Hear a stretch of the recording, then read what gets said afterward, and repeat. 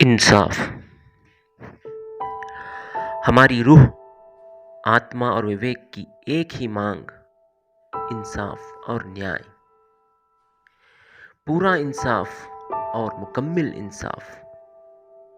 इन लोगों के साथ इंसाफ जिनकी लाशों पर जालिमों ने अपने आलीशान महल तामीर किए। इन जालिमों को पूरा इंसाफ के साथ सजा, जिनके काले कर्मों से इतिहास भरा पड़ा है,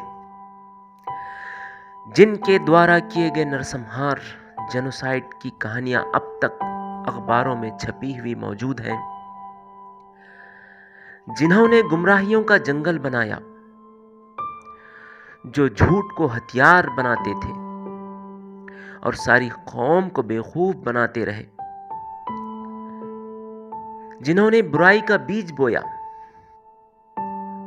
जो अपने पीछे झूठ और अनैतिकता की विरासत छोड़ गए,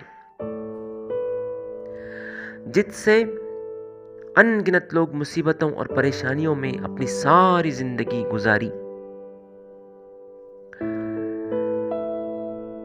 जिन्होंने जुल्म सितम को हवा दी और जिन्होंने इसका साथ दिया था, जो बुराई को पहचान कर खामोश रहे और इस तरह बुराई का साथ दिया। इस सब में किसका कितना कितना हिस्सा था? आखिर इस सब का हिसाब होगा या नहीं? कुरान कहता है, हाँ, हिसाब का दिन आने वाला है जहां इन सब के साथ इंसाफ होगा। देर का मतलब ये हरगिज नहीं कि वो दिन कभी आएगा ही नहीं। वो अपने तय वक्त पर जरूर आकर रहेगा। किसी के इनकार से इसमें कोई फर्क पड़ने वाला नहीं। कुरान कहता है, उस रोज वो चीज सामने आ जाएगी, किस रोज के लिए काम उठाकर रखा गया है, फैसले के दिन के लिए। कुरान।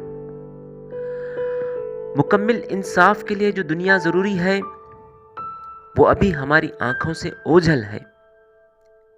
ये दुनिया जिन खवानीन पर काम करती है, यहां इंसाफ के सारे शर्तें पूरे नहीं हो सकते। मिसाल के तौर पर हिटलर को लीजिए। इस दुनिया में इसे आप क्या सजा दे सकते हैं? और क्या वो इंसाफ की सारी शर्तों पर पूरा उतरेगा?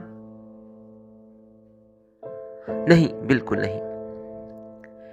इंसाफ की एक मांग ये भी है कि मुजरिम के सामने इसके काले करतूतों की पूरी तफसील और इनके गलत प्रभावों के साथ रखी जाए। वो अपने आप को सर्वशक्तिमान अल्लाह की अदालत में खड़ा हुआ पाए, जहां तमाम गवाह और सबूत भी पेश किए जा रहे हों और लोग अपनी आंखों से उसे अपने बुरे अंजाम तक पहुंचता हुआ देखें।